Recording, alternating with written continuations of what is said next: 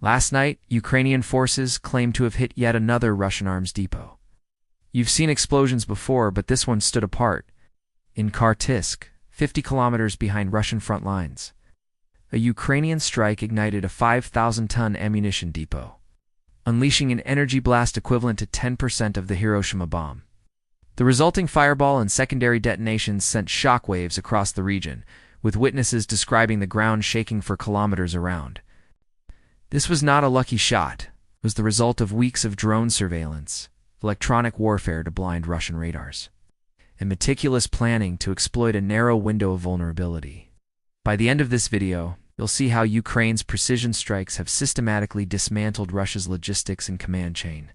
To understand how a smaller force accomplished such a deep strike, we need to examine the layers of preparation and technology behind the operation, the precision behind the blast, and how Ukraine hit 50 kilometers behind enemy lines. At 4:30 a.m. on July 2nd, a series of explosions tore through the Kartisk ammunition depot, situated 50 kilometers behind Russian front lines in Dets. The site, containing 5,000 tons of ammunition, was a critical logistical hub for Russian artillery operations. Ukraine's decision to target this depot with 6 M31A1 rockets launched from American-made HIMARS systems demonstrated a clear intent to disrupt Russian supply lines deep within occupied territory using precision and timing rather than brute force. The depot was heavily fortified. Russian engineers had constructed multiple layers of defense, including P-18 spoon rest early warning radars and torm-to-air defense batteries, creating a perimeter designed to detect and neutralize any aerial threat within seconds. Yet, Ukrainian strike teams found a way through. 2 minutes before launch, Ukrainian electronic warfare units employed saturated frequency noise to jam the Russian radars, effectively blinding the thorium to batteries and clearing a path for the incoming missiles.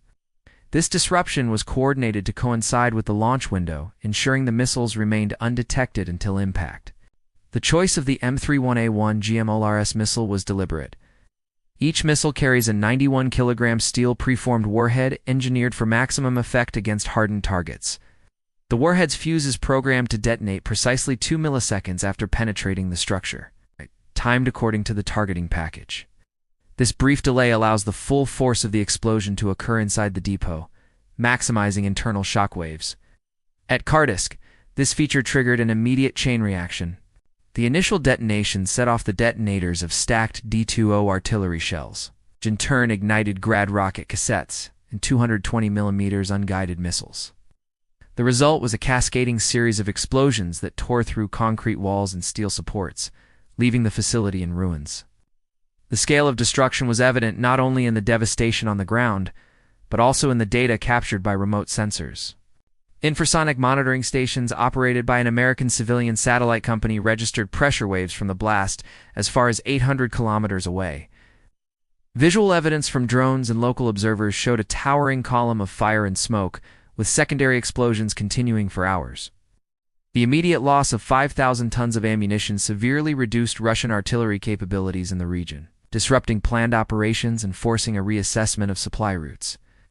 HIMARS launchers played a pivotal role in the success of the operation. Unlike legacy rocket artillery, these systems offer high mobility and rapid redeployment. HIMARS teams can fire and relocate before Russian counter-battery radars reacquire their position, minimizing exposure and maintaining the element of surprise. This mobility, combined with the extended range and precision of the M31A1 missiles, enabled Ukraine to strike deep into contested territory without risking its own assets to retaliatory fire. The effectiveness of the Kartisk strike was not solely the result of advanced weaponry or electronic warfare. It depended on careful coordination and a thorough understanding of the target environment. Every aspect of the operation, from the timing of the jamming to the precise programming of the warhead, detonation was synchronized to exploit a narrow window of vulnerability. The destruction of the depot sent a clear message about the reach and sophistication of Ukraine's military capabilities. Behind this strike lay extensive reconnaissance. The operation that enabled the Kartisk strike began with the 73rd Special Reconnaissance Group, whose intelligence campaign stretched back to late April. From the outset, This unit applied a layered surveillance strategy to decode the depot's true function and vulnerabilities. UAVs provided persistent overhead monitoring, capturing patterns of heavy truck traffic and mapping the steady flow of ammunition shipments into the facility. These flight logs revealed that Kardisk was not a routine storage site, but a central node in Russia's supply chain, feeding artillery positions across the Donetsk front. Thermal imaging became critical as the surveillance entered its second month.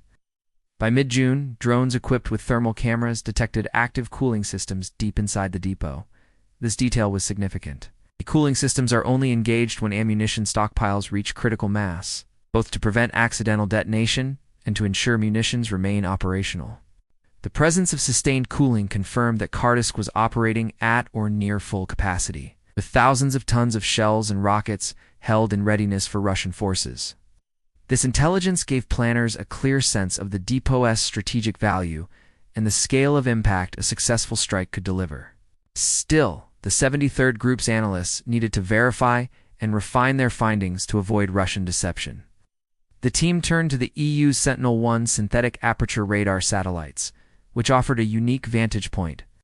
Radar imagery from Sentinel-1 revealed intense reflections. Beneath the depot's roof, evidence of dense metallic stockpiles and heavy machinery.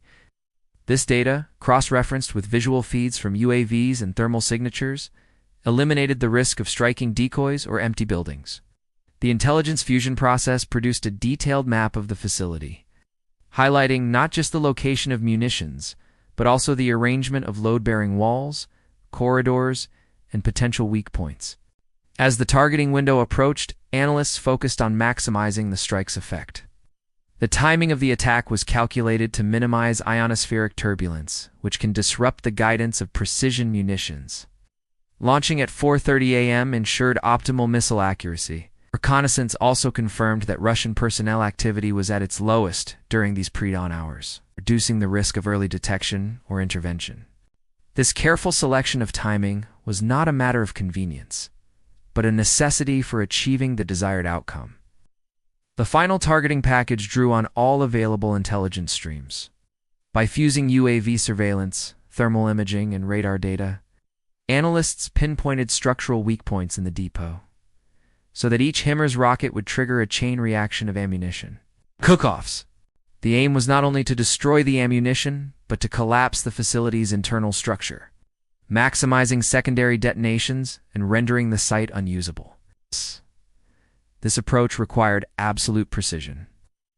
Every warhead had to strike its assigned target zone, and every detonation had to contribute to the cascading destruction of the depot's contents. When the order came, the execution was swift. Within moments of impact, the depot erupted in a series of explosions that far exceeded the initial blast. Secondary detonations ripped through ammunition stacks, igniting a firestorm that consumed the building's concrete and steel frame. The scale of destruction was the direct result of weeks of painstaking intelligence gathering and validation, a process that left little to chance.